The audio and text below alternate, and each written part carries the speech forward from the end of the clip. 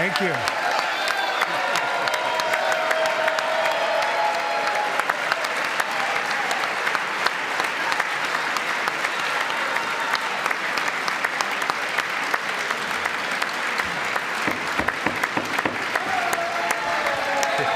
Thank you very much. Thank you very much. It's a great honor. Thank you very much. Speaker Johnson, Vice President Vance, the First Lady of the United States,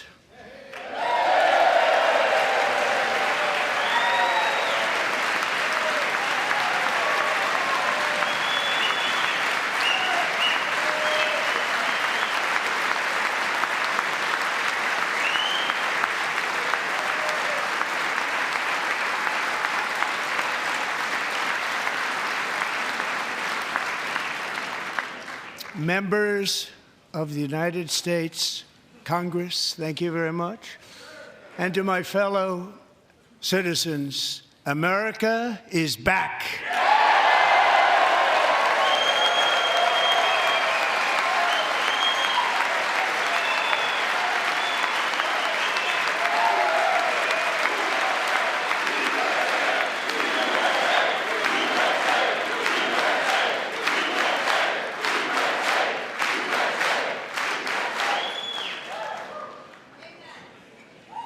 6 weeks ago, I stood beneath the dome of this Capitol and proclaimed the dawn of the golden age of America.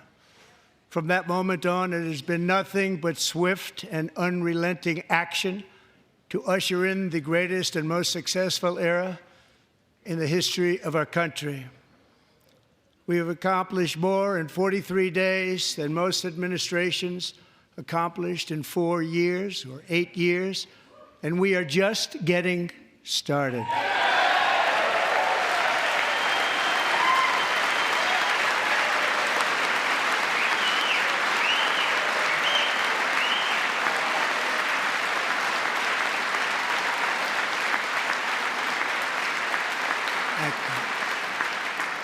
I return to this chamber tonight to report that America's momentum is back, our spirit is back, our pride is back, our confidence is back, and the American dream is surging bigger and better than ever before.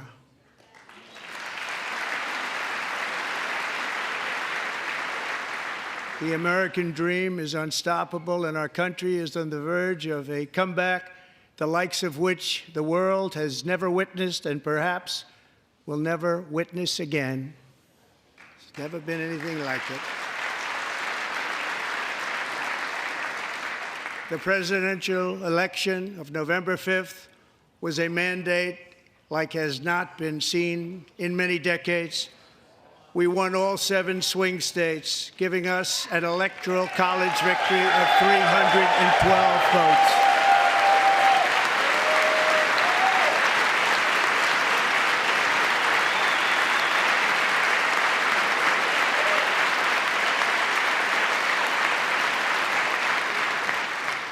We won the popular vote by big numbers and won counties in our country.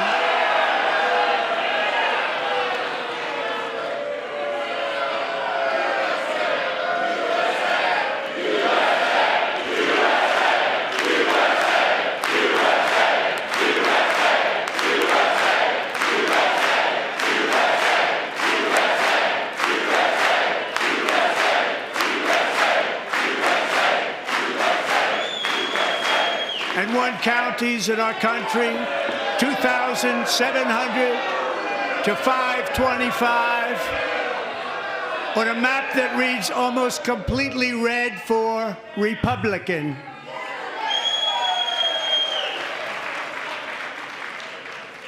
Now, for the first time in modern history, more Americans believe that our country is headed in the right direction than the wrong direction. In fact, it's an astonishing record, 27-point swing, the most ever.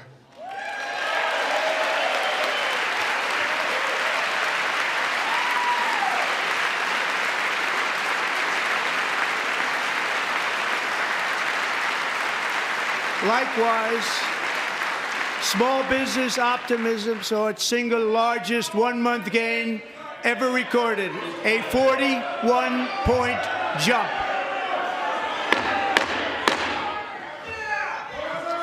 Members are directed to uphold and maintain decorum in the House and to cease any further disruptions.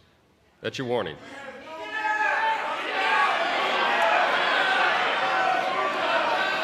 Members are engaging in willful and continuing breach of decorum, and the chair is prepared to direct the Sergeant-at-Arms to restore order to the joint session.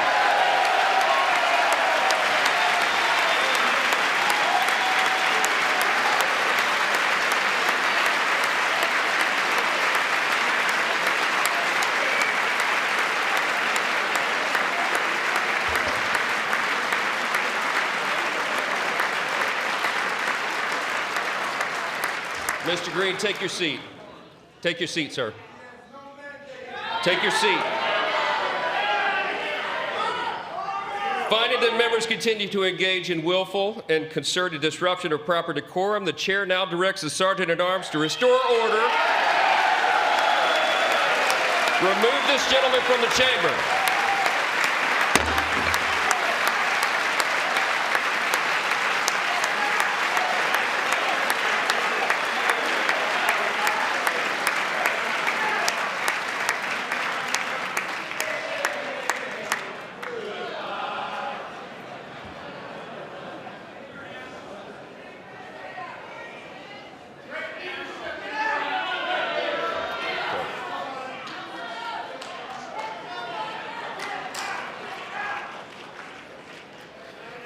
Members are directed to uphold and maintain decorum in the House. Mr. President, you continue. Thank you. Over the past 6 weeks, I have signed nearly 100 executive orders and taken more than 400 executive actions, a record to restore common sense, safety, optimism, and wealth all across our wonderful land. The people elected me to do the job, and I'm doing it.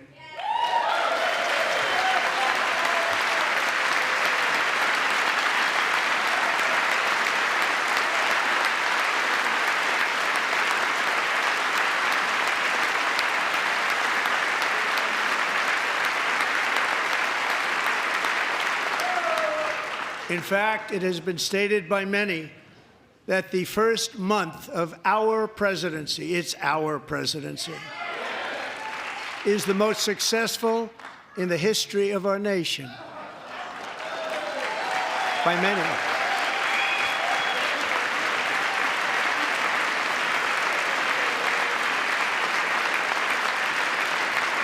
And what makes it even more impressive is that, do you know who number 2 is? George Washington. How about that? How about that? I don't know about that list, but we'll take it.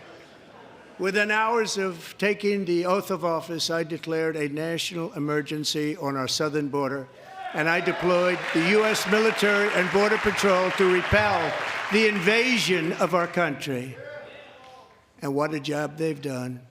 As a result, illegal border crossings last month were by far the lowest ever recorded, ever.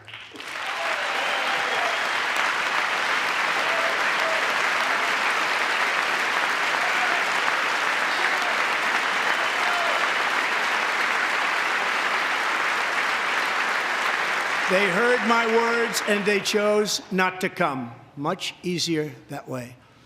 In comparison, under Joe Biden, the worst president in American history, there were hundreds of thousands of illegal crossings a month, and virtually all of them, including murderers, drug dealers, gang members, and people from mental institutions and insane asylums, were released into our country. Who would want to do that?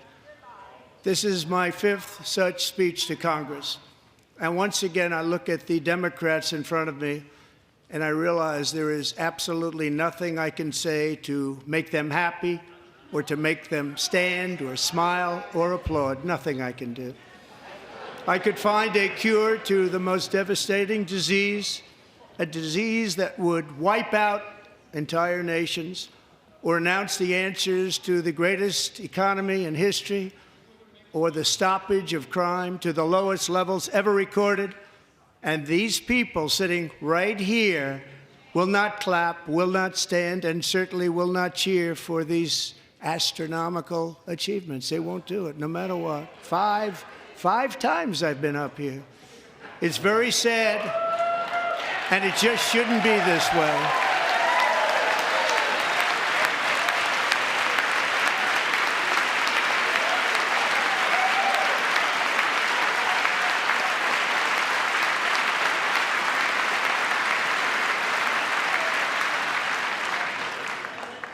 So Democrats sitting before me, for just this one night, why not join us in celebrating so many incredible wins for America? For the good of our nation, let's work together and let's truly make America great again.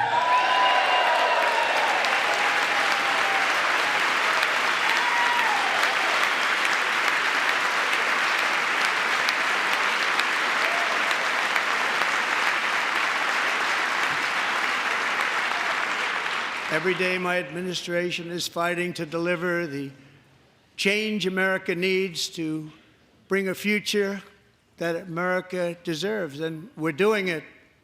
This is a time for big dreams and bold action. Upon taking office, I imposed an immediate freeze on all federal hiring, a freeze on all new federal regulations, and a freeze on all foreign aid.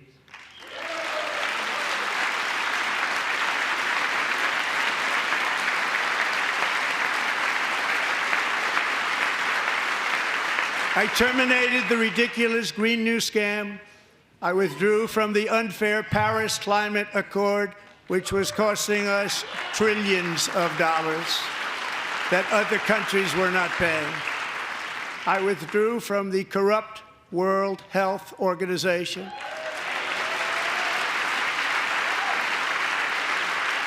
And I also withdrew from the anti-American UN Human Rights Council.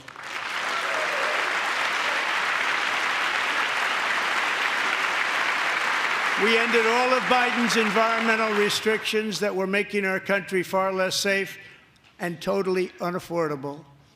And importantly, we ended the last administration's insane electric vehicle mandate, saving our auto workers and companies from economic destruction.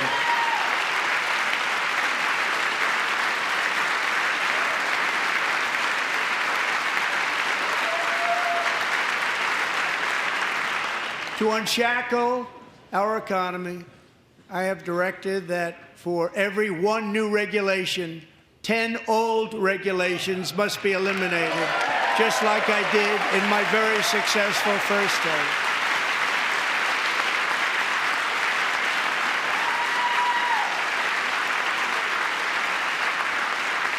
And in that first term, we set records on ending unnecessary rules and regulations like no other president had done before. We ordered all federal workers to return to the office.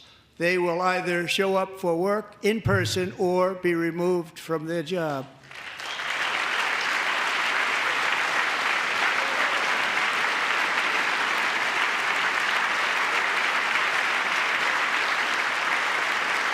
And we have ended weaponized government where, as an example, a sitting president is allowed to viciously prosecute his political opponent, like me. How did that work out? Not too good. Not too good.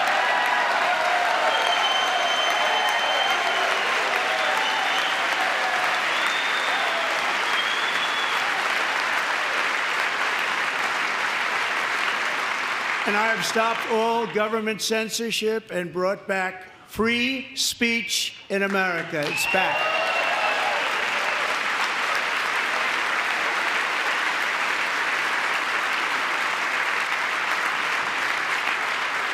And 2 days ago, I signed an order making English the official language of the United States of America.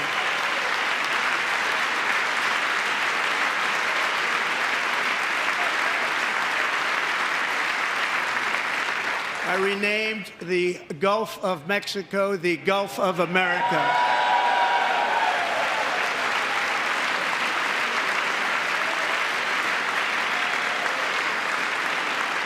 And likewise, I renamed, for a great president, William McKinley, Mount McKinley again. Beautiful Alaska. We love Alaska.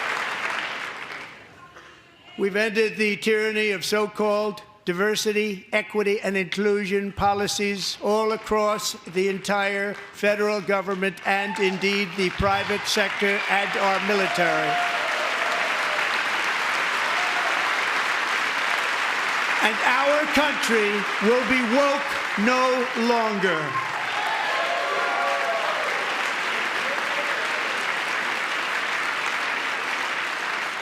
We believe that whether you are a doctor, an accountant, a lawyer, or an air traffic controller, you should be hired and promoted based on skill and competence, not race or gender. Very important.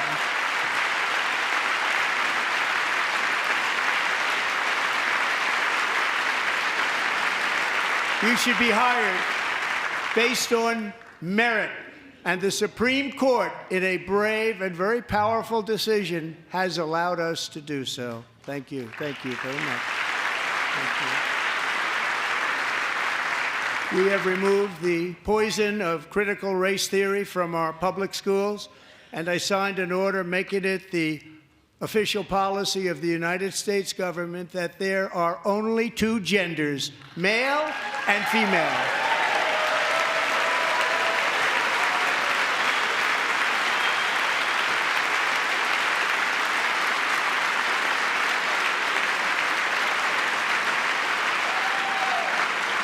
I also signed an executive order to ban men from playing in women's sports.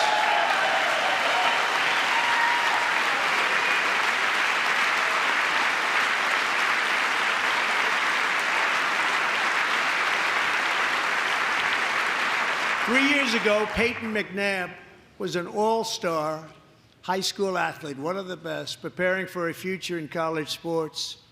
But when her girls' volleyball match was invaded by a male, he smashed the ball so hard in Peyton's face, causing traumatic brain injury, partially paralyzing her right side, and ending her athletic career. It was a shot like she's never seen before. She's never seen anything like it. Peyton is here tonight in the gallery, and Peyton, from now on, schools will kick the men off the girls' team, or they will lose all federal funding.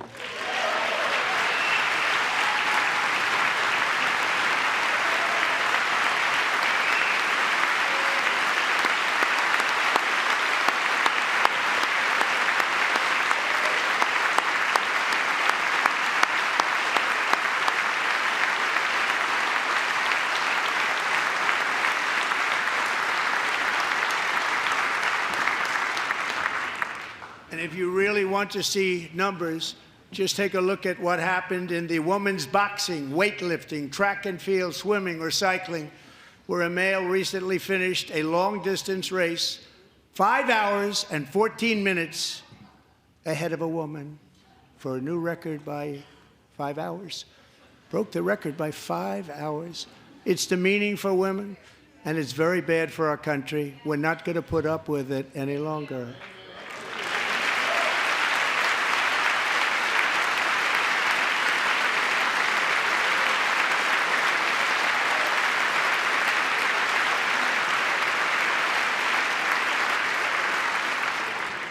What I have just described is only a small fraction of the common sense revolution that is now, because of us, sweeping the entire world.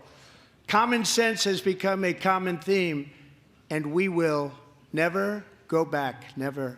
Never going to let that happen. Among my very highest priorities is to rescue our economy and get dramatic and immediate relief to working families. As you know, we inherited from the last administration an economic catastrophe and an inflation nightmare. Their policies drove up energy prices, pushed up grocery costs, and drove the necessities of life out of reach for millions and millions of Americans. They've never had anything like it. We suffered the worst inflation in 48 years, but perhaps even in the history of our country. They're not sure. As president, I'm fighting every day to reverse this damage and make America affordable again.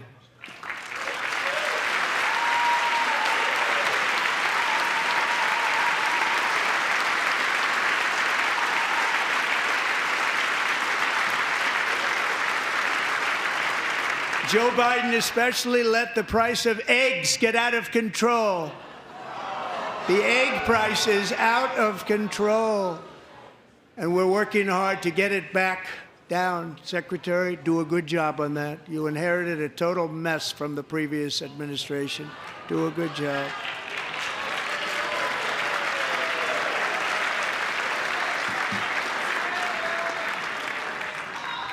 A major focus of our fight to defeat inflation is rapidly reducing the cost of energy. The previous administration cut the number of new oil and gas leases by 95%, slowed pipeline construction to a halt, and closed more than 100 power plants. We are opening up many of those power plants right now.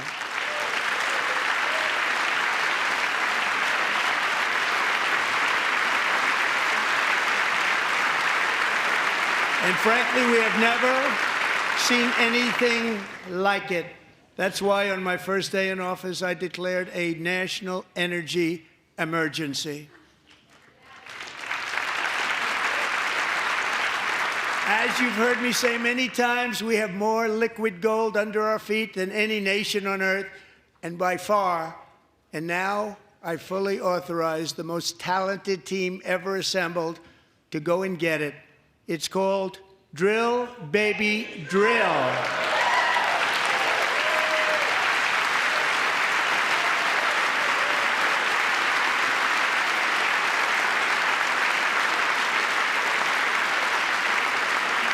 My administration is also working on a gigantic natural gas pipeline in Alaska, among the largest in the world, where Japan, South Korea, and other nations want to be our partner with investments of trillions of dollars each. There's never been anything like that one. It will be truly spectacular. It's all set to go. The permitting is gotten. And later this week, I will also take historic action to dramatically expand production of critical minerals and rare earths here in the USA.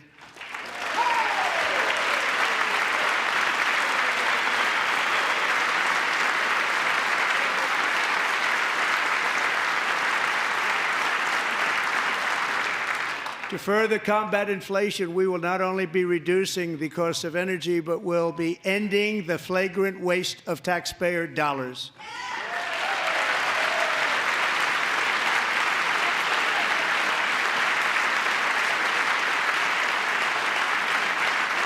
And to that end, I have created the brand new Department of Government Efficiency, DOGE. Perhaps you've heard of it. Perhaps.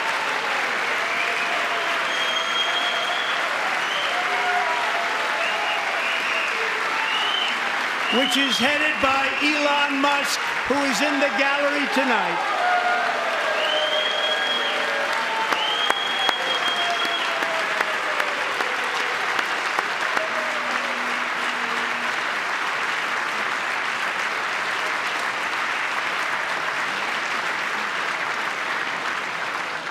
Thank you, Elon. He's working very hard. He didn't need this. He didn't need this. Thank you very much. We appreciate it. Everybody here, even this side, appreciates it, I believe. They just don't want to admit that. Just listen to some of the appalling waste we have already identified. $22 billion from HHS to provide free housing and cars for illegal aliens. $45 million for diversity, equity, and inclusion scholarships in Burma. $40 million to improve the social and economic inclusion of sedentary migrants. Nobody knows what that is. $8 million to promote LGBTQI+ in the African nation of Lesotho, which nobody has ever heard of. $60 million for indigenous peoples and Afro-Colombian empowerment in Central America. $60 million. $8 million for making mice transgender. This is real. $32 million for a left-wing propaganda operation in Moldova. $10 million for male circumcision in Mozambique. $20 million for the Arab Sesame Street in the Middle East. It's a program. $20 million for a program. $1.9 billion to recently created Decarbonization of Homes Committee, headed up, and we know she's involved. Just at the last moment, the money was passed over by a woman named Stacey Abrams. Have you ever heard of her? A $3.5 million consulting contract for lavish fish monitoring. $1.5 million for voter confidence in Liberia. $14 million for social cohesion in Mali. $59 million for illegal alien hotel rooms in New York City. He's a real estate developer. He's done very well. $250,000 to increase vegan local climate action innovation in Zambia. $42 million for social and behavior change in Uganda. $14 million for improving public procurement in Serbia. $47 million for improving learning outcomes in Asia. Asia's doing very well with learning. We know what we're doing. We should use it ourselves. And $101 million for DEI contracts at the Department of Education, the most ever paid, nothing even like it. Under the Trump administration, all of these scams, and they're far worse, but I didn't think it was appropriate to talk about them. They're so bad. Many more have been found out and exposed and swiftly terminated by a group of very intelligent, mostly young people, headed up by Elon, and we appreciate it. We found hundreds of billions of dollars of fraud.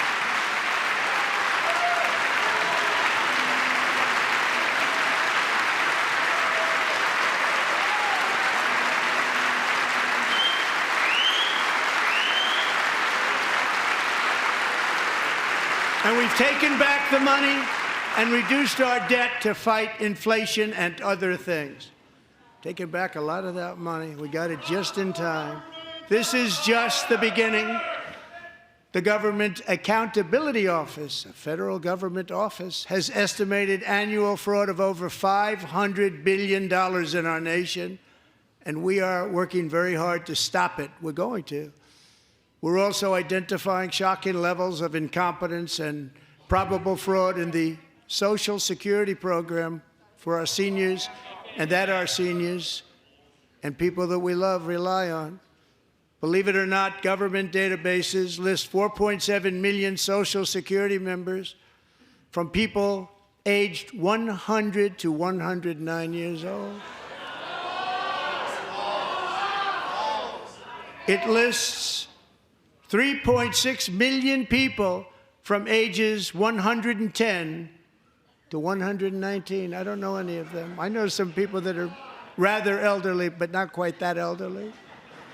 3.47 million people from ages 120 to 129. 3.9 million people from ages 130 to 139. 3.5 million people from ages 140 to 149. And money is being paid to many of them, and we're searching right now. In fact, Pam, good luck. Good luck. You're going to find it. But a lot of money is paid out to people because it just keeps getting paid, and nobody does, and it really hurts Social Security and hurts our country. 1.3 million people from ages 150 to 159, and over 130,000 people, according to the Social Security databases, are age over 160 years old. We have a healthier country than I thought, Bobby.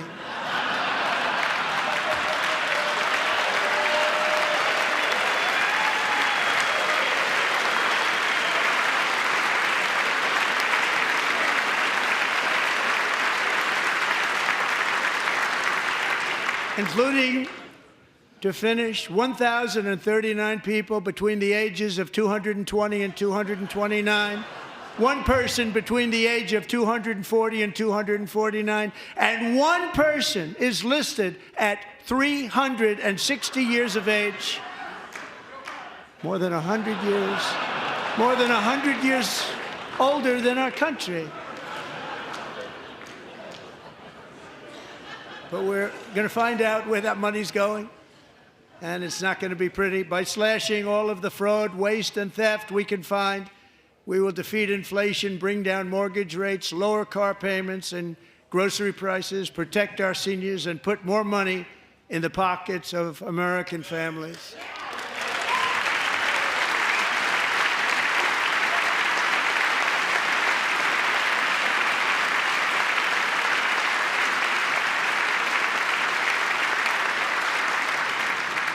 And today, interest rates took a beautiful drop, big, beautiful drop. It's about time. And in the near future, I want to do what has not been done in 24 years, balance the federal budget. We're going to balance it.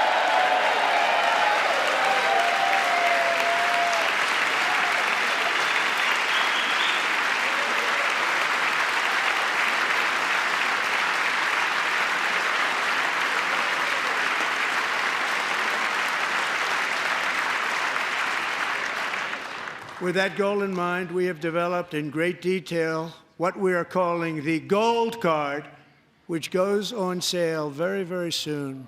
For $5 million, we will allow the most successful job-creating people from all over the world to buy a path to U.S. citizenship. It's like the Green Card, but better and more sophisticated. And these people will have to pay tax in our country. They won't have to pay tax from where they came. The money that they've made, you wouldn't want to do that, but they have to pay tax, create jobs. They'll also be taking people out of colleges and paying for them so that we can keep them in our country instead of having them being forced out. Number one, at the top school, as an example, being forced out and not being allowed to stay and create tremendous numbers of jobs and great success for a company out there. So while we take out the criminals, killers, traffickers, and child predators who are allowed to enter our country under the open border policy of these people, the Democrats, the Biden administration, the open border insane policies that you've allowed to destroy our country, we will now bring in brilliant, hardworking, job-creating people. They're going to pay a lot of money, and we're going to reduce our debt with that money.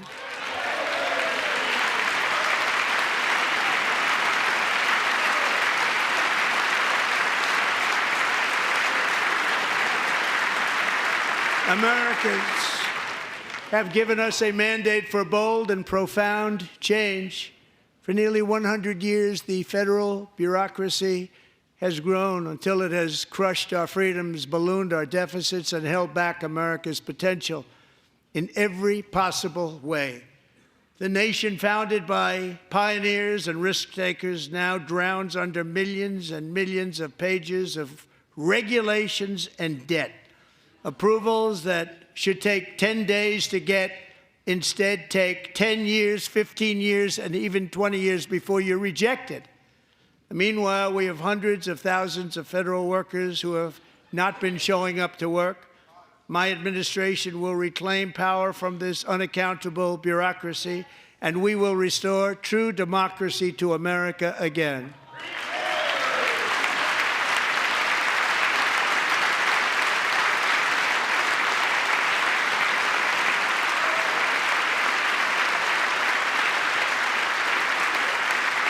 any federal bureaucrat who resists this change will be removed from office immediately.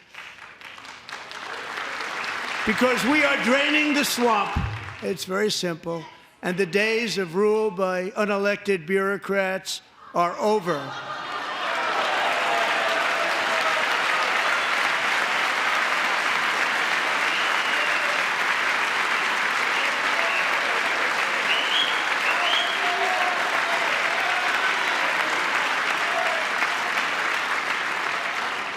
And the next phase of our plan to deliver the greatest economy in history is for this Congress to pass tax cuts for everybody. They're in there. They're waiting for you to vote. And I'm sure that the people on my right, I don't mean the Republican right, but my right here, I'm sure you're going to vote for those tax cuts, because otherwise I don't believe the people will ever vote you into office. So I'm doing you a big favor by telling you that. But I know this group is going to be voting for the tax.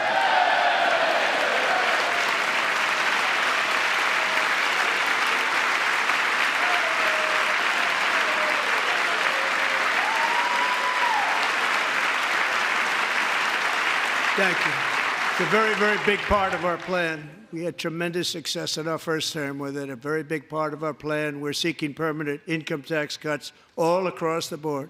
And to get urgently needed relief to Americans hit especially hard by inflation, I'm calling for no tax on tips, no tax on overtime, and no tax on Social Security benefits for our great seniors.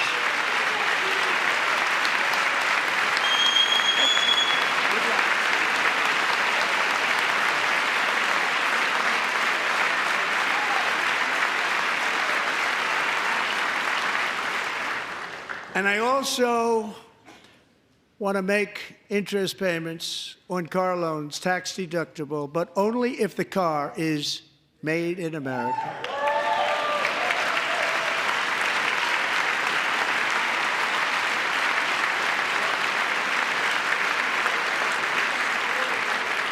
And by the way, we're going to have growth in the auto industry like nobody's ever seen. Plants are opening up all over the place. Deals are being made.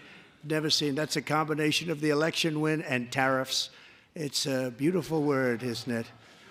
That, along with our other policies, will allow our auto industry to absolutely boom. It's going to boom. Spoke to the majors today, all three, the top people, and they're so excited. In fact, already numerous car companies have announced that they will be building massive automobile plants in America, with Honda just announcing a new plant in Indiana, one of the largest anywhere in the world.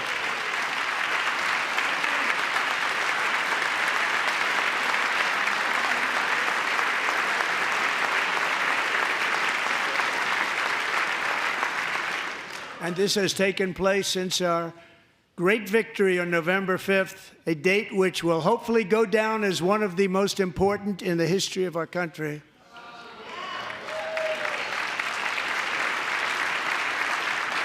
In addition, as part of our tax cuts, we want to cut taxes on domestic production and all manufacturing. And just as we did before, we will provide 100% expensing. It will be retroactive to January 20th, 2025. And it was one of the main reasons why our tax cuts were so successful in our first term, giving us the most successful economy in the history of our country. First term. We had a great first term.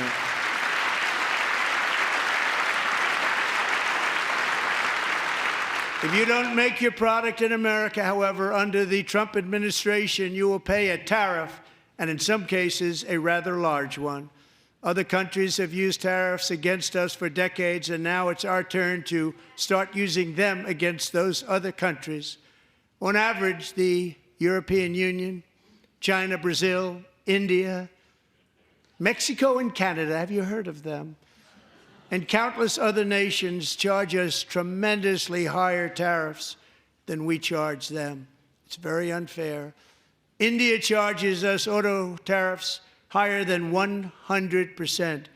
China's average tariff on our products is twice what we charge them. And South Korea's average tariff is 4 times higher. Think of that, 4 times higher. And we give so much help militarily and in so many other ways to South Korea, but that's what happens. This is happening by friend and foe. This system is not fair to the United States and never was, and so on April 2nd, I wanted to make it April 1st, but I didn't want to be accused of April Fool's Day. That's not, just one day was cost us a lot of money. But we're going to do it in April. I'm a very superstitious person. April 2nd, reciprocal tariffs kick in. And whatever they tariff us, other countries, we will tariff them. That's reciprocal, back and forth. Whatever they tax us, we will tax them. If they do non-monetary tariffs to keep us out of their market, then we will do non-monetary barriers to keep them out of our market. There's a lot of that, too. They don't even allow us in their market. We will take in trillions and trillions of dollars and create jobs like we have never seen before. I did it with China, and I did it with others, and the Biden administration couldn't do anything about it because there was so much money they couldn't do anything about it. We have been ripped off for decades by nearly every country on earth, and we will not let that happen any longer.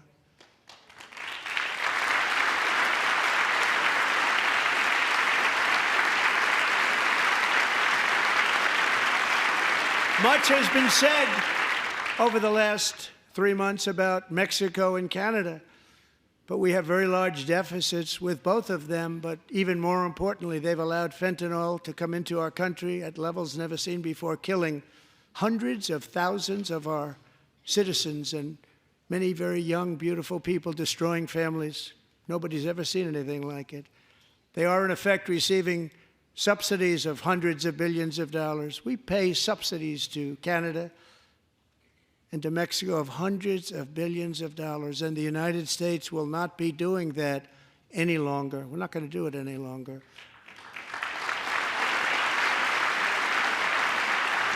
Thanks to our America First policies we're putting into place, we have had $1.7 trillion of new investment in America in just the past few weeks.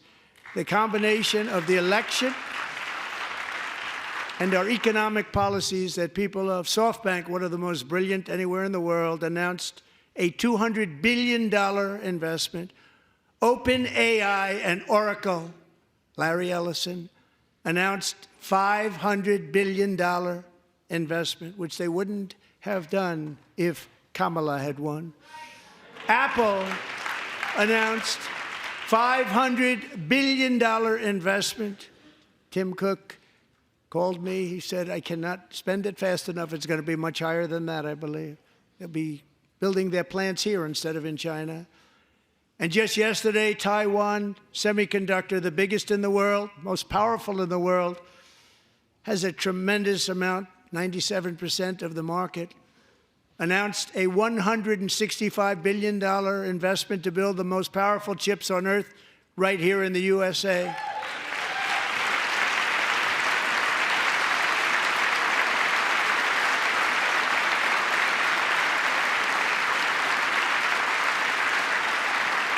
And we're not giving them any money. Your CHIPS Act is a horrible, horrible thing. We give hundreds of billions of dollars, and it doesn't mean a thing. They take our money and they don't spend it.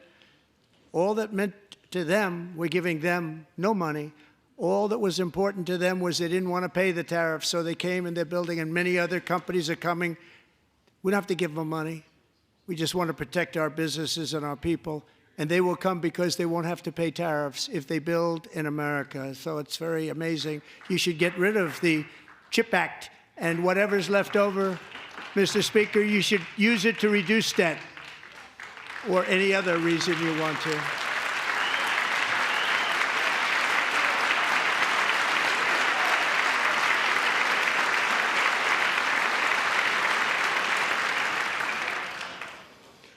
Our new trade policy will also be great for the American farmer. I love the farmer,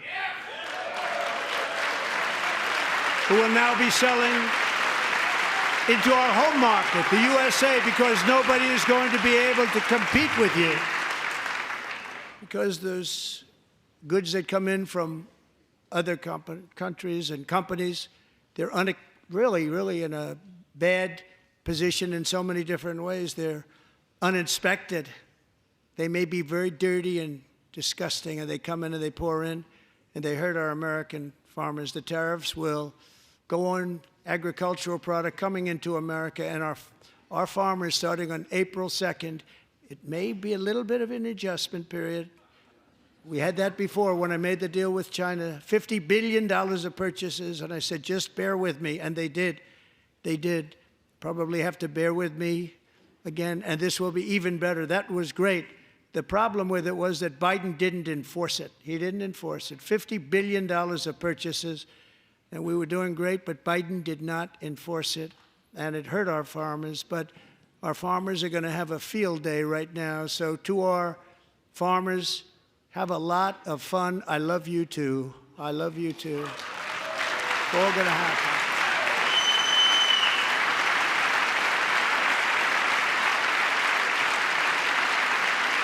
And I have also imposed a 25% tariff on foreign aluminum, copper, lumber, and steel, because if we don't have, as an example, steel and lots of other things, we don't have a military, and frankly, we just won't have a country very long.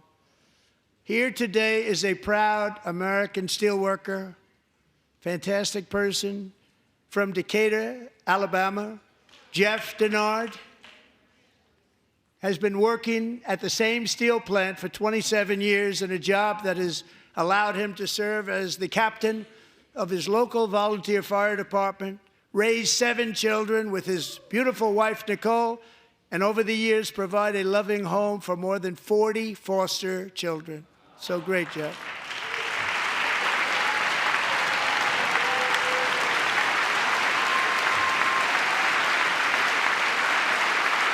Thank you, Jeff. Thank you, Jeff.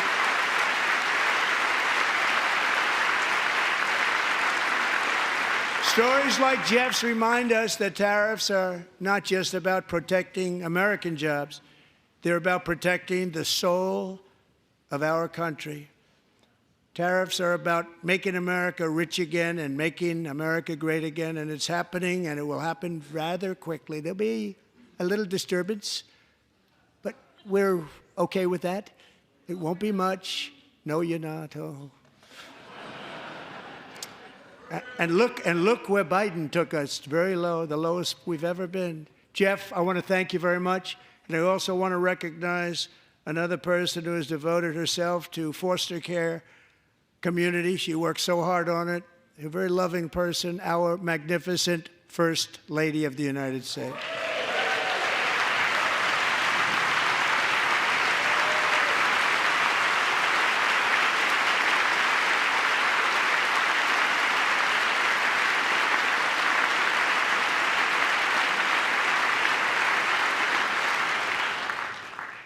Melania's work has yielded incredible results, helping prepare our nation's future leaders as they enter the workforce.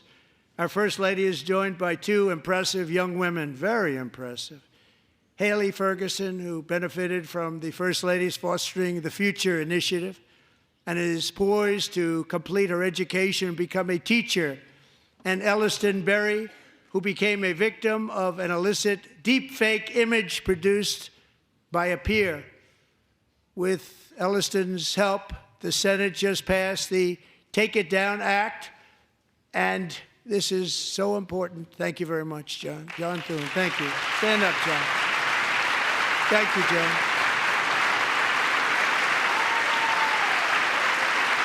Thank you all very much.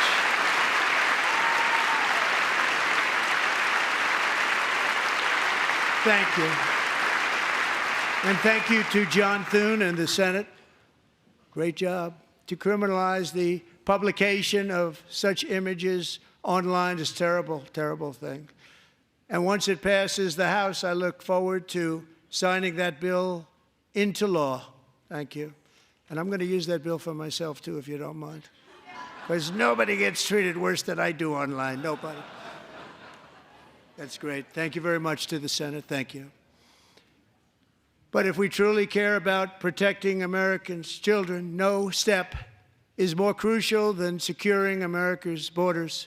Over the past 4 years, 21 million people poured into the United States. Many of them were murderers, human traffickers, gang members, and other criminals from the streets of dangerous cities all throughout the world.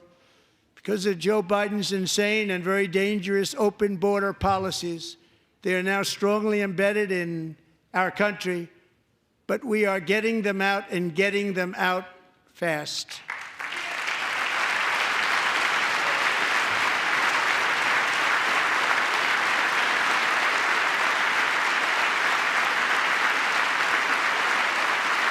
And I want to thank Tom Homan and Christy. I want to thank you and Paul of Border Patrol. I want to thank you. What a job they've all done, everybody. Border Patrol, ICE, law enforcement in general is incredible. We have to take care of our law enforcement. Have to.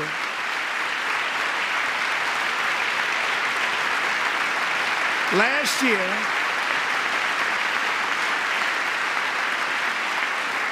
a brilliant 22-year-old nursing student named Laken Riley, the best in her class, admired by everybody, went out for a jog on the campus of the University of Georgia.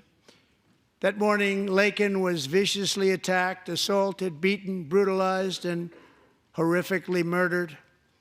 Laken was stolen from us by a savage illegal alien gang member who was arrested while trespassing across Biden's open southern border and then set loose into the United States under the heartless policies of that failed administration. It was indeed a failed administration.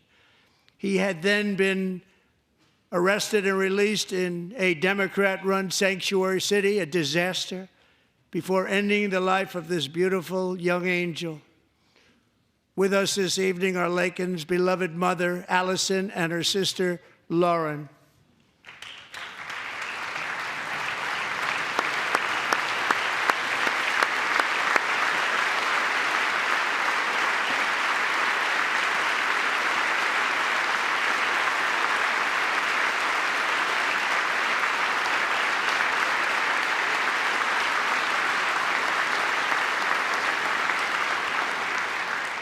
Last year, I told Laken's grieving parents that we would ensure their daughter would not have died in vain.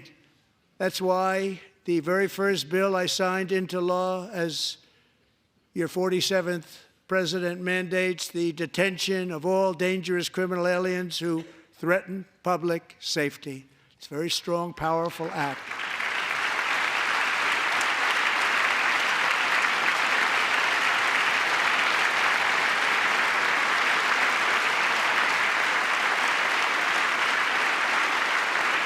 It's called the Laken-Riley Act. So Allison and Lauren, America will never, ever forget our beautiful Laken Hope Riley.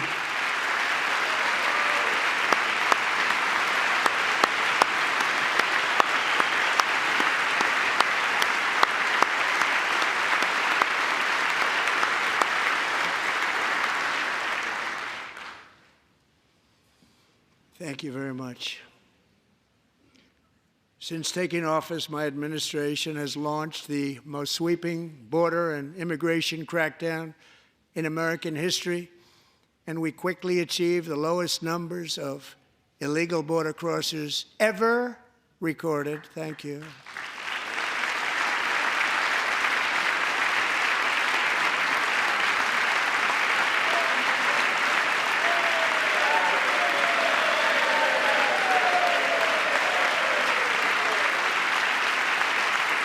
The media and our friends in the Democrat Party kept saying we needed new legislation, we must have legislation to secure the border. But it turned out that all we really needed was a new president.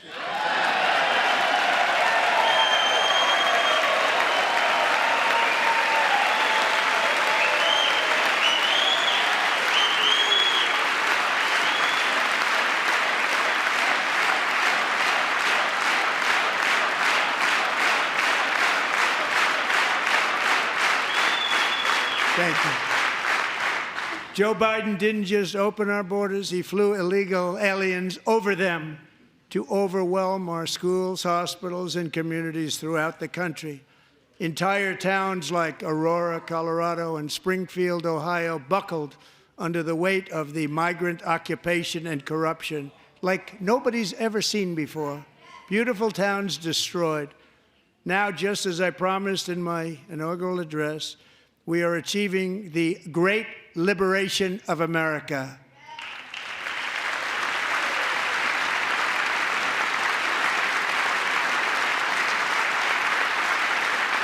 But there still is much work to be done. Here tonight is a woman I have gotten to know, Alexis Nungari from Houston.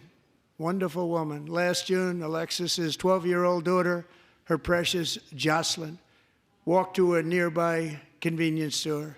She was kidnapped, tied up, assaulted for 2 hours under a bridge, and horrifically murdered. Arrested and charged with this heinous crime are 2 illegal alien monsters from Venezuela, released into America by the last administration through their ridiculous open border.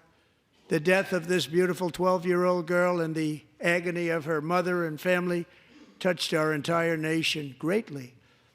Alexis, I promised that we would always remember your daughter, your magnificent daughter, and earlier tonight, I signed an order keeping my word to you. One thing I have learned about Jocelyn is that she loved animals so much. She loved nature. Across Galveston Bay, from where Jocelyn lived in Houston, you will find a magnificent national wildlife refuge, a pristine, peaceful, 34,000-acre sanctuary for all of God's creatures on the edge of the Gulf of America.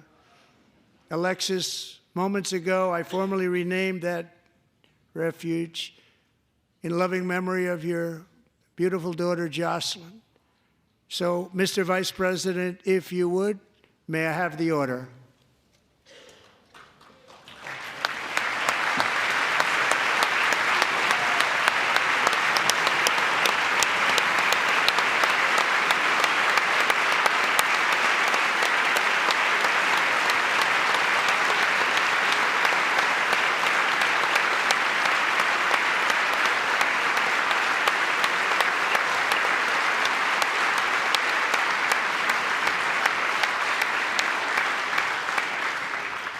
Thank you very much. All 3 savages charged with Jocelyn and Lakin's murders were members of the Venezuelan prison gang, the toughest gang, they say, in the world, known as Tren de Aragua. 2 weeks ago, I officially designated this gang, along with MS-13 and the bloodthirsty Mexican drug cartels, as foreign terrorist organizations.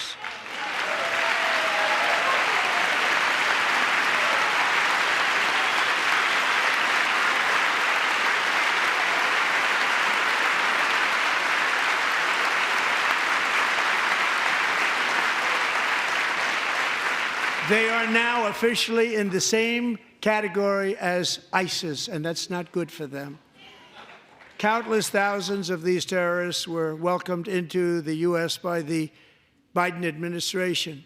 But now every last one will be rounded up and forcibly removed from our country, or, if they're too dangerous, put in jails, standing trial in this country, because we don't want them to come back ever. With us this evening is a warrior on the front lines of that battle, Border Patrol Agent Roberto Ortiz. Great guy.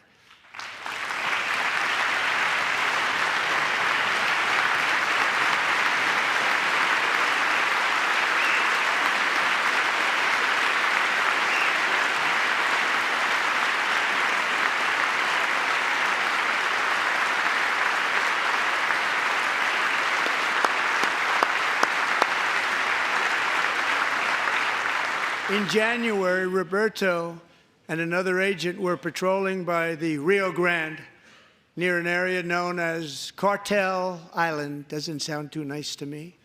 When heavily armed gunmen started shooting at them. Roberto saw that his partner was totally exposed, at great danger, and he leapt into action, returning fire and providing crucial seconds for his fellow agent to seek safety, just barely. I have some of the prints of that event, and it was not good. Agent Ortiz, we salute you for your great courage and for your line of fire that you took and for the bravery that you showed. We honor you, and we will always honor you. Thank you, Roberto, very much.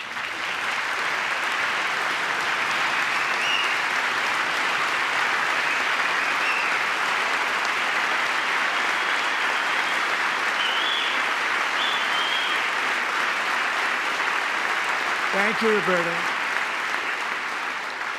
And I actually got to know him on my many calls to the border. He's a great gentleman.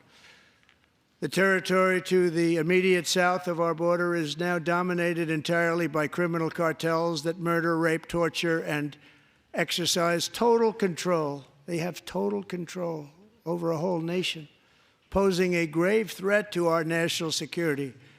The cartels are waging war on America, and it's time for America to wage war on the cartels, which we are doing.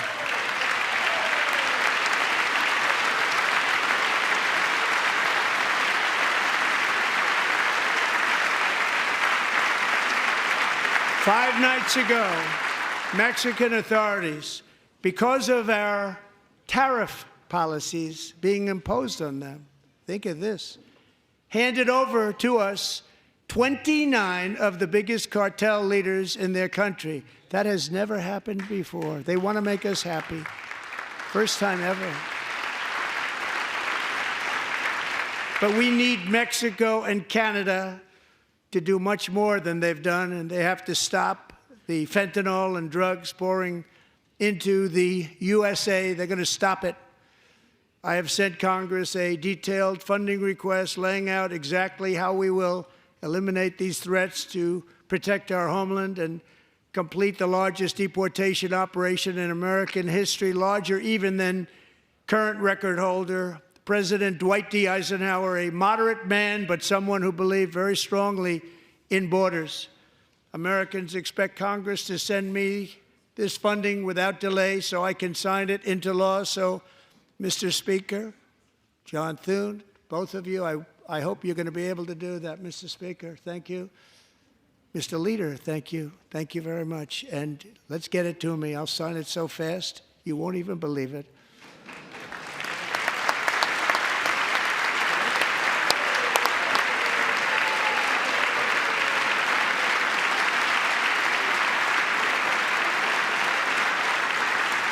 And as we reclaim our sovereignty, we must also bring back law and order to our cities and towns.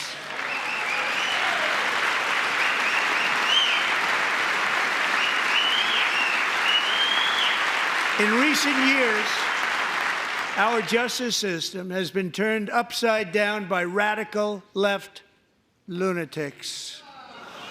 Many jurisdictions virtually ceased enforcing the law against dangerous repeat offenders while weaponizing law enforcement against political opponents like me.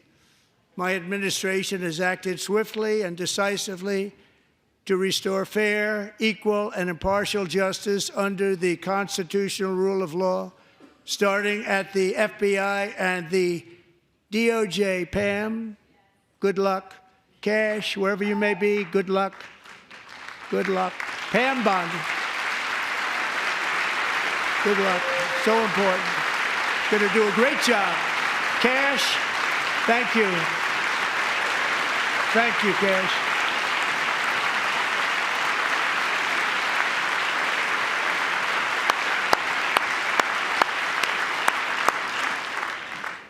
They've already started very strong. They're going to do a fantastic job. You're going to be very proud of them.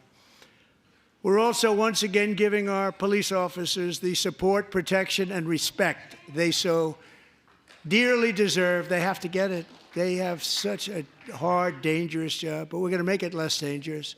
The problem is the bad guys don't respect the law, but they're starting to respect it, and they soon will respect it. This also includes our great fire departments throughout the country. Our firemen and women are unbelievable people, and we'll never forget them. And besides that, they voted for me in record numbers, so I have no choice.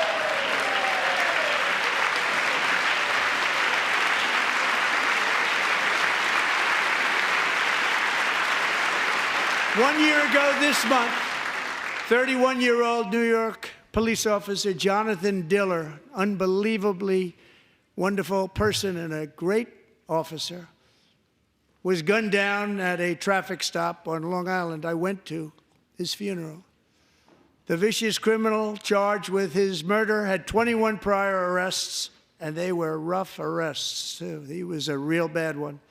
The thug in the seat next to him had 14 prior arrests and went by the name of Killer. He was Killer. He killed other people, they say, a lot of them. I attended Officer Diller's service, and when I met his wife and one-year-old son, Ryan, it was very inspirational, actually. His widow's name is Stephanie, and she is here tonight. Stephanie, thank you very much, Stephanie. Thank you very much.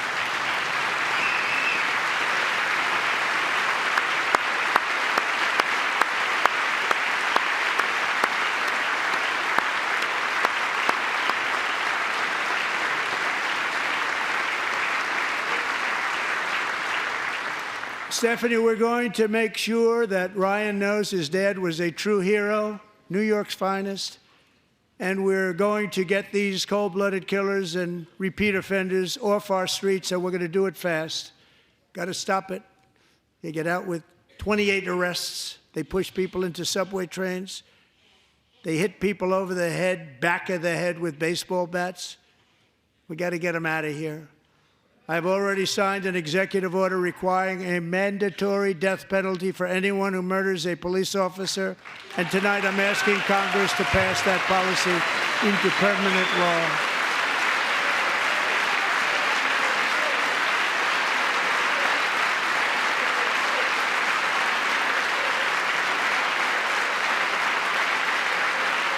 I'm also asking for a new crime bill getting tough on repeat offenders while enhancing protections for America's police officers so they can do their jobs without fear of their lives being totally destroyed. They don't want to be killed. We're not going to let them be killed. Joining us in the gallery tonight is a young man who truly loves our police. His name is DJ Daniel. He is 13 years old, and he has always dreamed of becoming a police officer.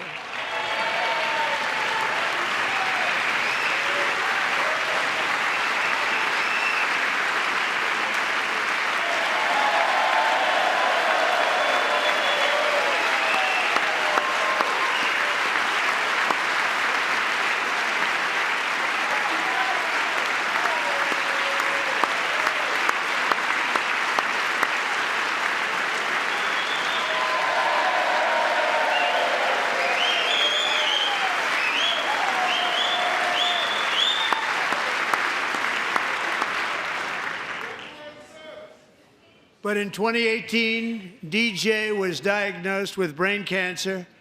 The doctors gave him 5 months at most to live. That was more than 6 years ago.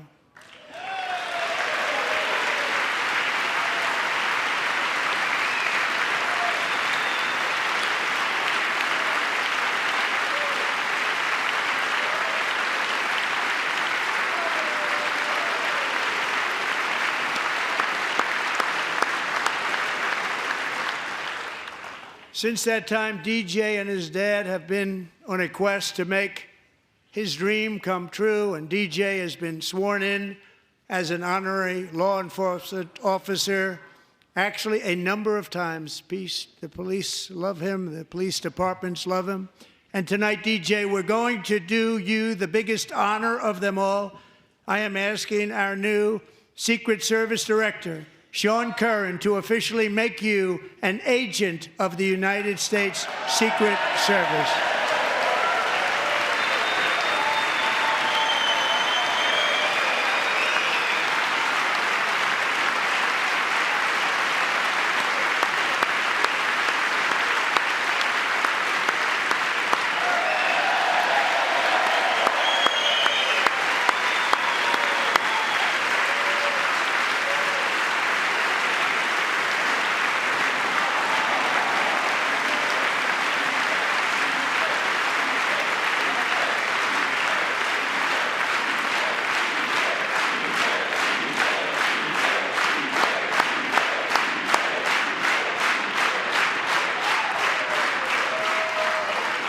Thank you, DJ.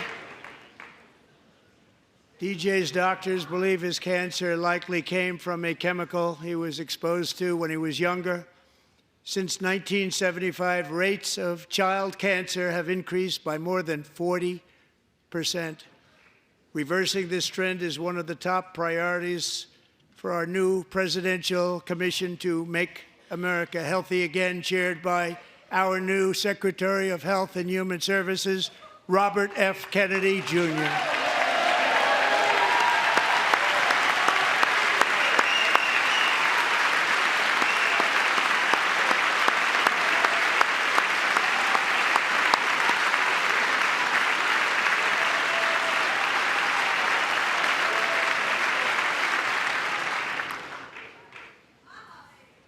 With the name Kennedy, you would have thought everybody over here would have been cheering. How quickly they forget. Our goal is to get toxins out of our environment, poisons out of our food supply, and keep our children healthy and strong. As an example, not long ago, and you can't even believe these numbers, 1 in 10,000 children had autism, 1 in 10,000. And now it's 1 in 36. There's something wrong, 1 in 36. Think of that. So we're going to find out what it is, and there's nobody better than Bobby and all of the people that are working with you. You have the best to figure out what is going on. Okay, Bobby, good luck. It's a very important job. Thank you. Good job.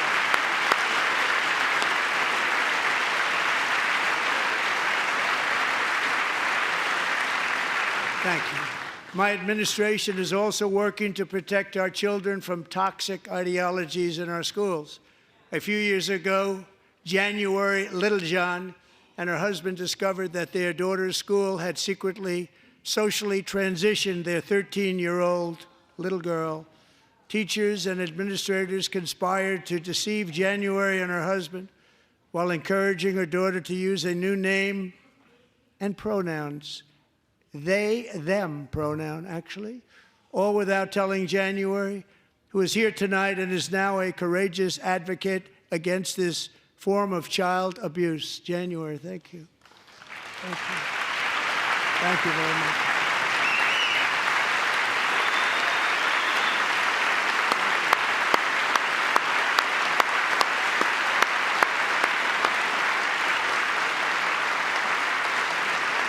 Thank you. Stories like this are why, shortly after taking office, I signed an executive order banning public schools from indoctrinating our children with transgender ideology.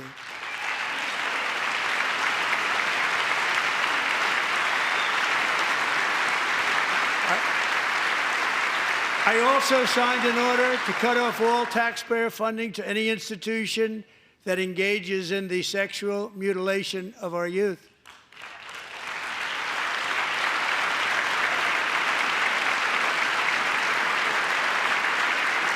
And now I want Congress to pass a bill permanently banning and criminalizing sex changes on children and forever ending the lie that any child is trapped in the wrong body. This is a big lie.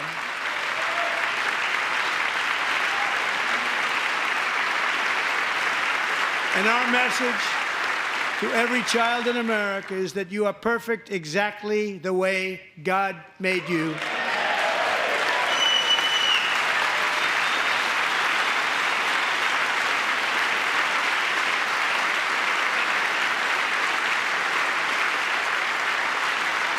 Because we're getting wokeness out of our schools and out of our military, and it's already out, and it's out of our society. We don't want it. Wokeness is trouble. Wokeness is bad. It's gone. It's gone. And we feel so much better for it, don't we? Don't we feel better? Our service members won't be activists and ideologues. They will be fighters and warriors. They will fight for our country. And Pete, congratulations. Secretary of Defense, congratulations.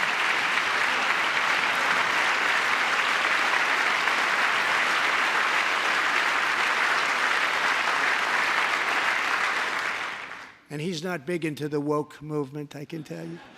I know him well.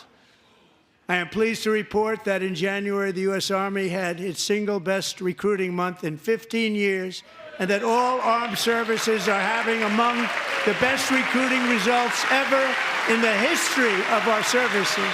What a difference.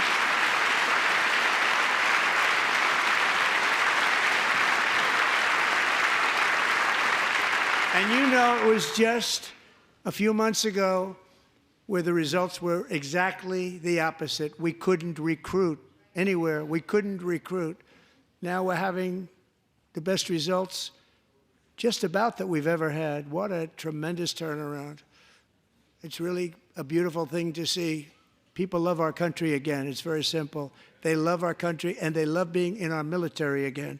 So it's a great thing, and thank you very much. Great job. Thank you.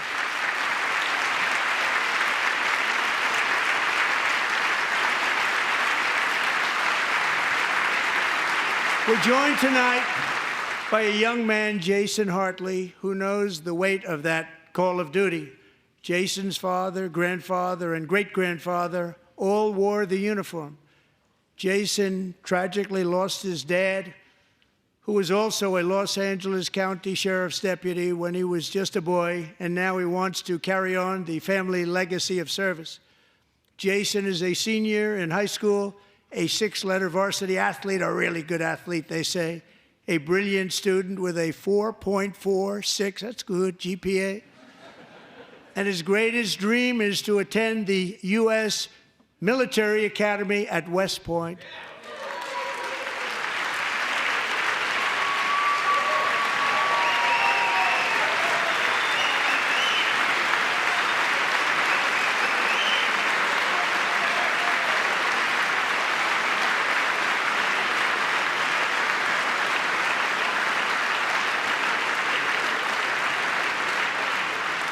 And Jason, that's a very big deal getting in. That's a hard one to get into. But I'm pleased to inform you that your application has been accepted. You will soon be joining the Corps of Cadets.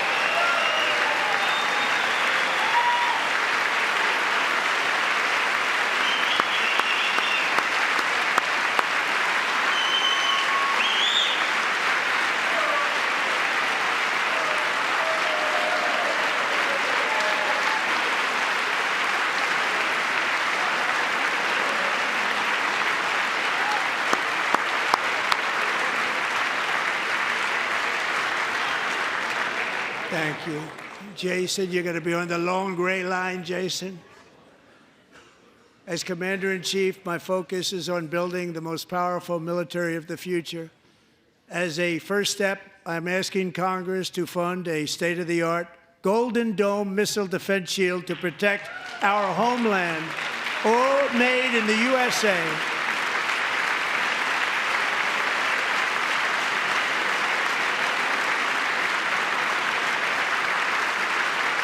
And Ronald Reagan wanted to do it long ago, but the technology just wasn't there, not even close. But now we have the technology. It's incredible, actually. And other places, they have it. Israel has it. Other places have it. And the United States should have it too, right, Tim, right? They should have it too. So I want to thank you. But it's a very, very important. This is a very dangerous world. We should have it. We want to be protected, and we're going to protect our citizens like never before. To boost our defense industrial base, we are also going to resurrect the American shipbuilding industry, including commercial shipbuilding and military shipbuilding.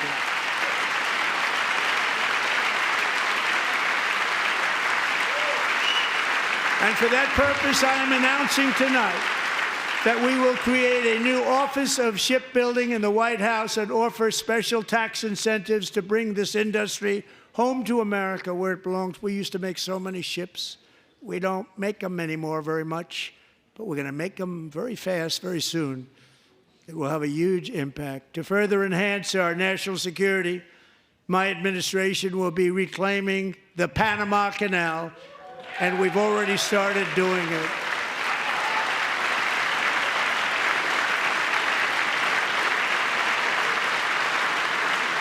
Just today, a large American company announced they are buying both ports around the Panama Canal and lots of other things having to do with the Panama Canal and a couple of other canals.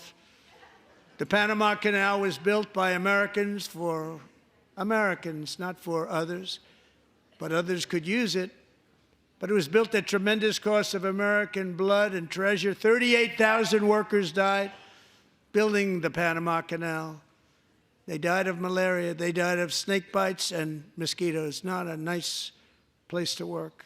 They paid them very highly to go there, knowing there was a 25% chance that they would die. The most expensive project also that was ever built in our country's history, if you bring it up to modern day costs. It was given away by the Carter administration for $1, but that agreement has been violated very severely. We didn't give it to China. We gave it to Panama, and we're taking it back.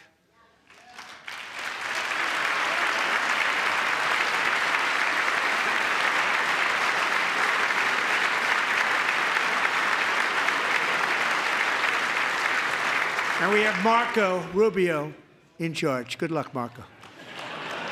Now, we know who to blame if anything goes wrong. Marco's been amazing, and he's going to do a great job. Think of it. He got 100 votes. You know, he was approved with actually 99, but the 100th was this gentleman, and I feel very certain. So let's assume he got 100 votes. And I'm either very, very happy about that or I'm very concerned about it. But he's already proven. I mean, he's a great gentleman. He's respected by everybody, and we appreciate you voting for Marco. He's going to do a fantastic job. Thank you. Thank you. He's doing a great job. Great job. And I also have a message tonight for the incredible people of Greenland. We strongly support your right to determine your own future. And if you choose, we welcome you into the United States of America. We need Greenland for national security and even international security, and we're working with everybody involved to try and get it.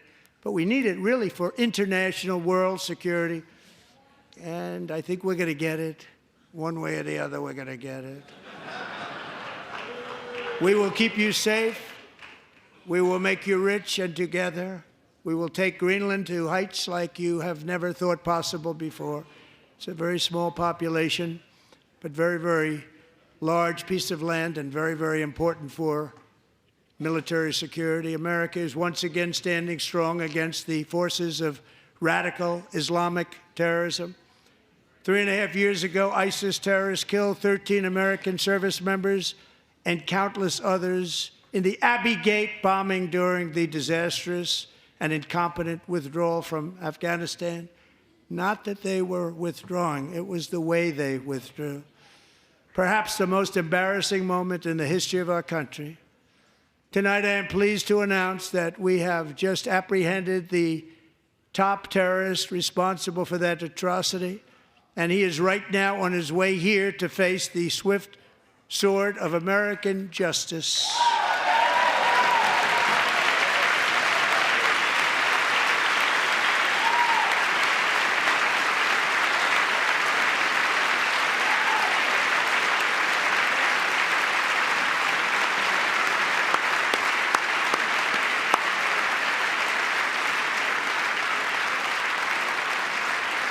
And I want to thank especially the government of Pakistan for helping arrest this monster.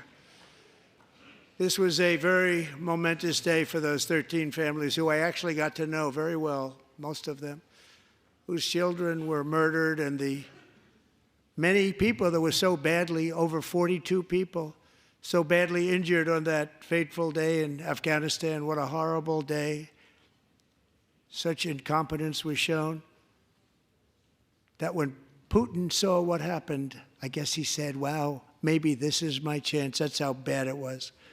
Should have never happened. Grossly incompetent people. I spoke to many of the parents and loved ones, and they're all in our hearts tonight.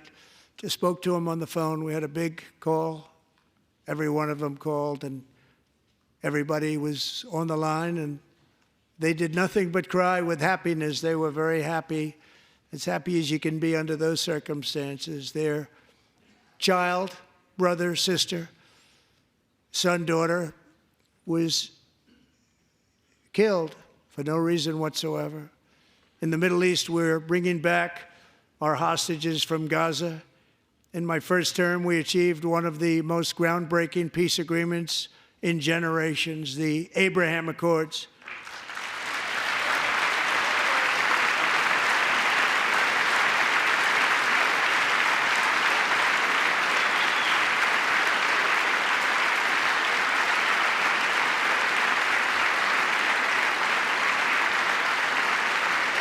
And now we're going to build on that foundation to create a more peaceful and prosperous future for the entire region. A lot of things are happening in the Middle East. People have been talking about that so much lately with everything going on with Ukraine and Russia.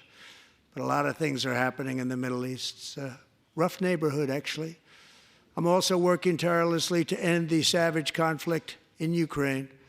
Millions of Ukrainians and Russians have been needlessly killed or wounded in this horrific and brutal conflict with no end in sight. The United States has sent hundreds of billions of dollars to support Ukraine's defense with no security, with no anything.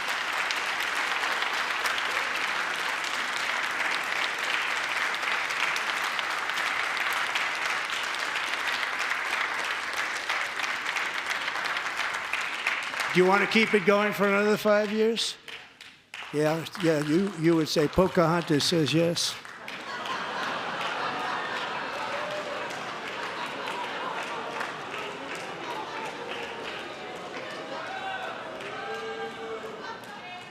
$2,000 people are being killed every single week.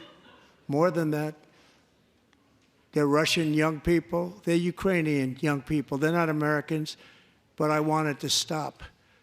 Meanwhile, Europe has sadly spent more money buying Russian oil and gas than they have spent on defending Ukraine, by far. Think of that. They've spent more buying Russian oil and gas than they have defending. And we've spent perhaps $350 billion, like taking candy from a baby. That's what happened. And they've spent $100 billion. What a difference that is. And we have an ocean separating us, and they don't. But we're getting along very well with them, and lots of good things are happening. Biden has authorized more money in this fight than Europe has spent by billions and billions of dollars. It's hard to believe that they wouldn't have stopped it and said, at some point, come on, let's equalize. You got to be equal to us.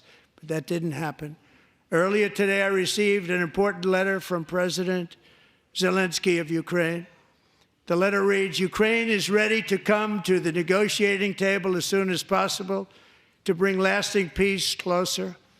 Nobody wants peace more than the Ukrainians, he said. My team and I stand ready to work under President Trump's strong leadership to get a peace that lasts. We do really value how much America has done to help Ukraine maintain its sovereignty and independence. Regarding the agreement on minerals and security, Ukraine is ready to sign it at any time that is convenient for you. I appreciate that he sent this letter, just got it a little while ago. Simultaneously, we've had serious discussions with Russia and have received strong signals that they are ready for peace. Wouldn't that be beautiful? Wouldn't that be beautiful?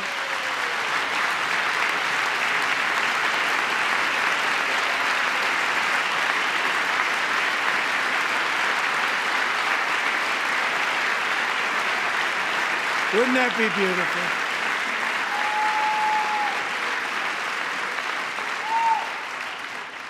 It's time to stop this madness. It's time to halt the killing. It's time to end this senseless war. If you want to end wars, you have to talk to both sides. Nearly 4 years ago, amid rising tensions, a history teacher named Mark Fogel was detained in Russia and sentenced to 14 years in a penal colony. Rough stuff. The previous administration barely lifted a finger to help him. They knew he was innocent, but they had no idea where to begin. But last summer, I promised his 95-year-old mother, Malphine, that we would bring her boy safely back home. After 22 days in office, I did just that, and they are here tonight.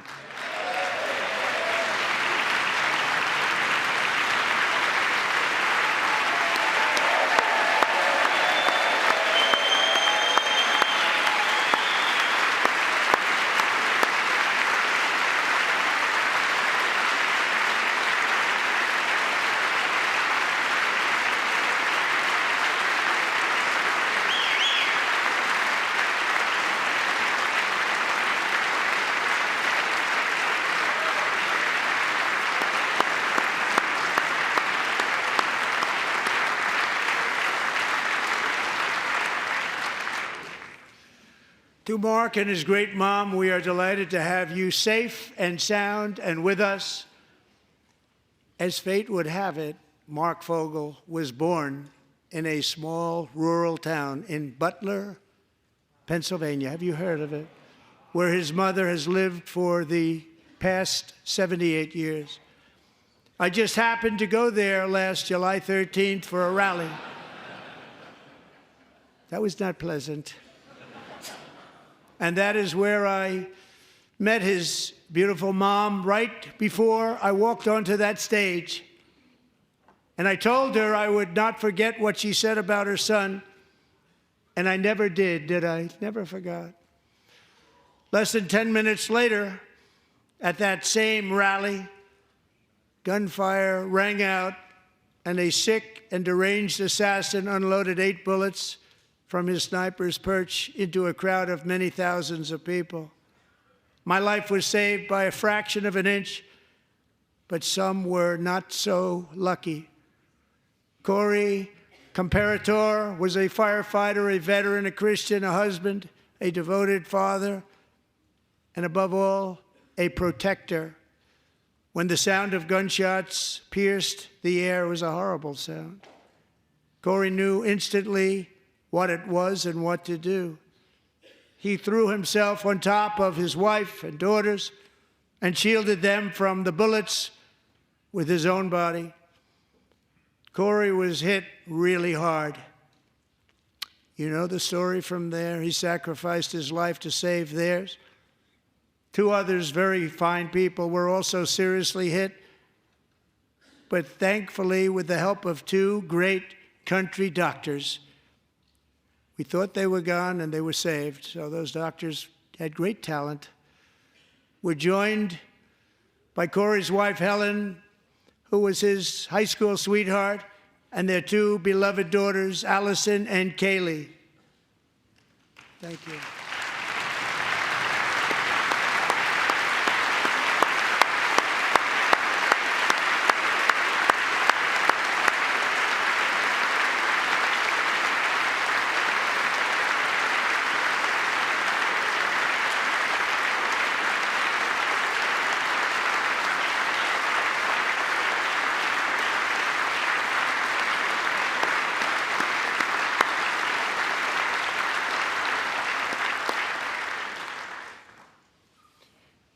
To Helen, Allison, and Kaylee, Corey is looking down on his 3 beautiful ladies right now, and he is cheering you on. He loves you.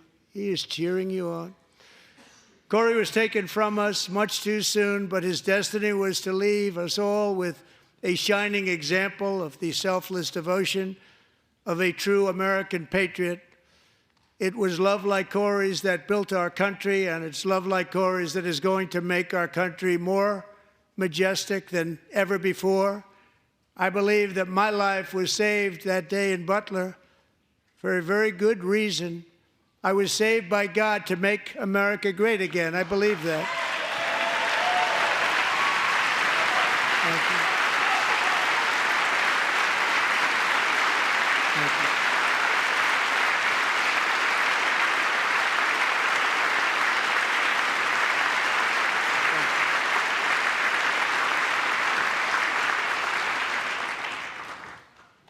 Thank you very much. From the patriots of Lexington and Concord to the heroes of Gettysburg and Normandy, from the warriors who crossed the Delaware to the trailblazers who climbed the Rockies, and from the legends who soared at Kitty Hawk to the astronauts who touched the moon, Americans have always been the people who defied all odds, transcended all dangers, made the most extraordinary sacrifices, and did whatever it took to defend our children, our country, and our freedom.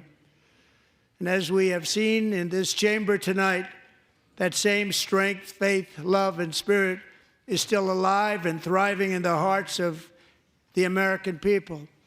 Despite the best efforts of those who would try to censor us, silence us, break us, destroy us, Americans are today a proud, free, sovereign, and independent nation that will always be free, and we will fight for it till death. We will never let anything happen to our beloved country, because we are a country of doers, dreamers, fighters, and survivors. Our ancestors crossed a vast ocean, strode into the unknown wilderness, and carved their fortunes from the rock and soil of a perilous and very dangerous frontier. They chased our destiny across a boundless continent. They built the railroads, laid the highways, and graced the world with American marvels like the Empire State Building, the mighty Hoover Dam, and the towering Golden Gate Bridge.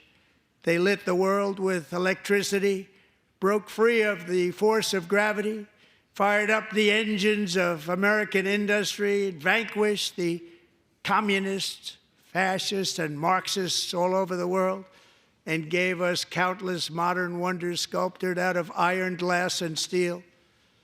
We stand on the shoulders of these pioneers who won and built the modern age, these workers who poured their sweat into the skylines of our cities, these warriors who shed their blood on fields of battle and gave everything they had for our rights and for our freedom. Now it is our time to take up the righteous cause of American liberty. And it is our turn to take America's destiny into our own hands and begin the most thrilling days in the history of our country. This will be our greatest era. With God's help, over the next 4 years, we are going to lead this nation even higher, and we are going to forge the freest, most advanced, most dynamic, and most dominant civilization ever to exist on the face of this earth. We are going to create the highest quality of life, build the safest and wealthiest and healthiest and most vital communities anywhere in the world.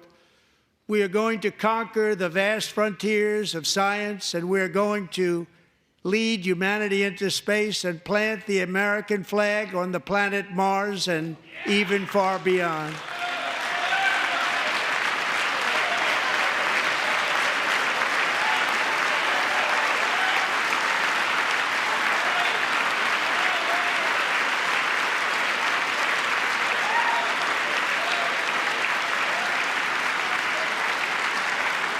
And through it all, we are going to rediscover the unstoppable power of the American spirit. And we are going to renew unlimited promise of the American dream. Every single day, we will stand up and we will fight, fight, fight for the country our citizens believe in and for the country our people deserve.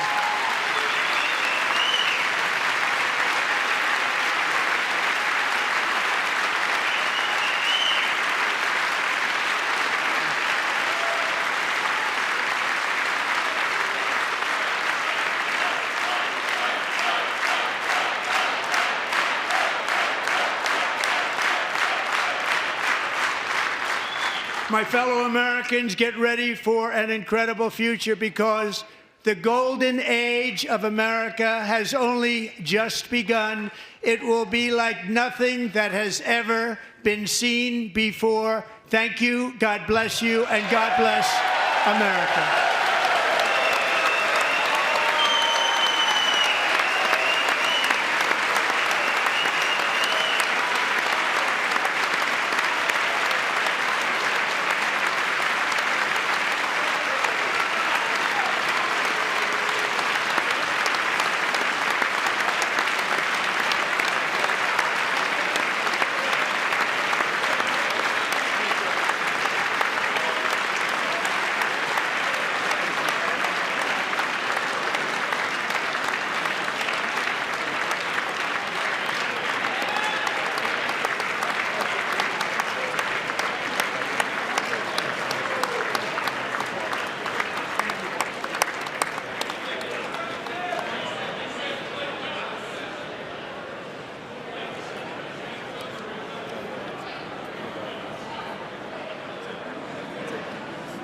Thank you very much. Great job. Thank you. Great honor.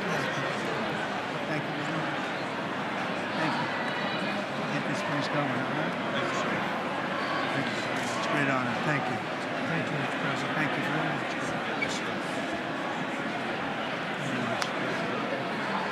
Thank you very much. Appreciate it. Thank you. I see you teaching young people to love America. Well, I'm trying to. Great guy. Thank you. That's your favorite. Thank you. Thank you. Thank you very much. Appreciate it. Howard. Thank you again. Thank you again. Won't forget. So good. Yeah, it's good. So good, sir. Thank you. Best. Terrific, Mr. Really good. It's really outstanding. Thanks. Thank you. Yes, sir. Thank you. Good job. Good job, Mr. President. Thanks. Thank you. We got you. Great. Mr. President, one of your best speeches. Thanks again, Mr. President. Thank you, Mr. President. Thanks for the phone call last night, too. Thank you. Absolutely. You know that. Thank you very much. I'll do just give me the information. I'm not going to give you. Sorry. Thank you, everybody. Great speech. Great speech. Thank you. Best speech ever. Yes. Good. Congratulations. Good job. Can you sign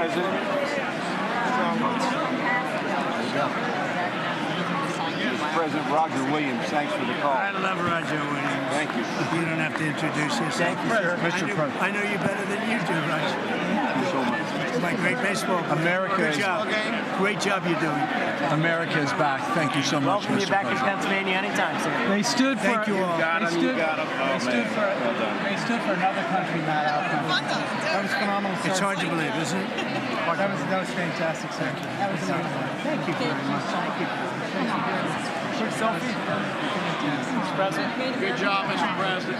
Great job. Thank you so much. Great speech, sir. Great speech. Yes, sir. President back in Pennsylvania. Oh, they're just like, here, I was saying, absolutely. Good job, Mr. West Virginia loves you. Oh, good. How you doing? All right? Did you get a chance to shake his hand earlier? Do you want me to get a picture of you shaking his hand or anything? You're good. Thank you very much. Let's do biofilm. Thank you, darling. Great Sir, job, thank you. Mr. I love you. Best speech on the floor ever. Yeah, it was so good. Thank you So very good. much. Hey, you rocked it, Mr. President. We're with you. 100% crushed. Thank you. Really good. Congratulations. President. Best speech ever. Thank you. It was. What's the best? Mr. President, that was a great speech. That was awesome. God bless you. It was wonderful. Thank you. Great job. Let's go. Get down to that. You get down. Good luck. Yes, sir. Thank you. It's so great. Thank you, everybody. Good job. Thank you for mentioning God needs to help us. Thank you, Mr. It's President. true. Mr. President. Incredible. Thank you. Thank you. Great speech. Great speech. That was phenomenal. Thanks for taking my call. Good luck. Yeah. My man. Thank you for standing strong. really triggered those people. Tremendous, Mr. President. Thank Somebody you. did. Thank you so much. Thanks for the beneficial ownership and this week. That was Oh, a good yeah. one. Thanks for mentioning farmers. Well, we love our farmers. Thank you, man. Thank you, Mr. President. You earned this night. Thank you very much. Appreciate it. Worked hard. Thank you, man. Proud of you. Thank you, Mr. President. Thank you so much. Thank you. Great again, brother. Thank you. You endorsed me. I'm here for you. I did indeed. You better believe it. Very I well did a done, good sir. endorsement. President, home run. Thank you. Very much. job. Killed it. Thank you, Mr. President. Thank you, everybody. You did great. Thank you. Good job.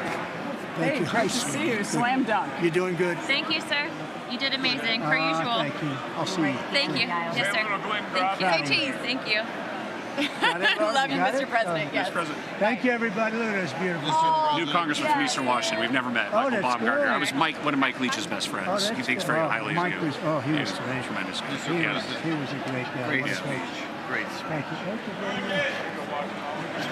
Mr. Virginia, you did a great job. Yeah, thank you very much. Home run, Mr. President. Home run. Home run. That was a good one. President, good to see you, sir. Appreciate it. Good job. Good job. Thank you very much. Looking good. Look at him. I need to talk to you about some buildings, some public buildings. You let me know. I will. Thank you, sir. Mr. President.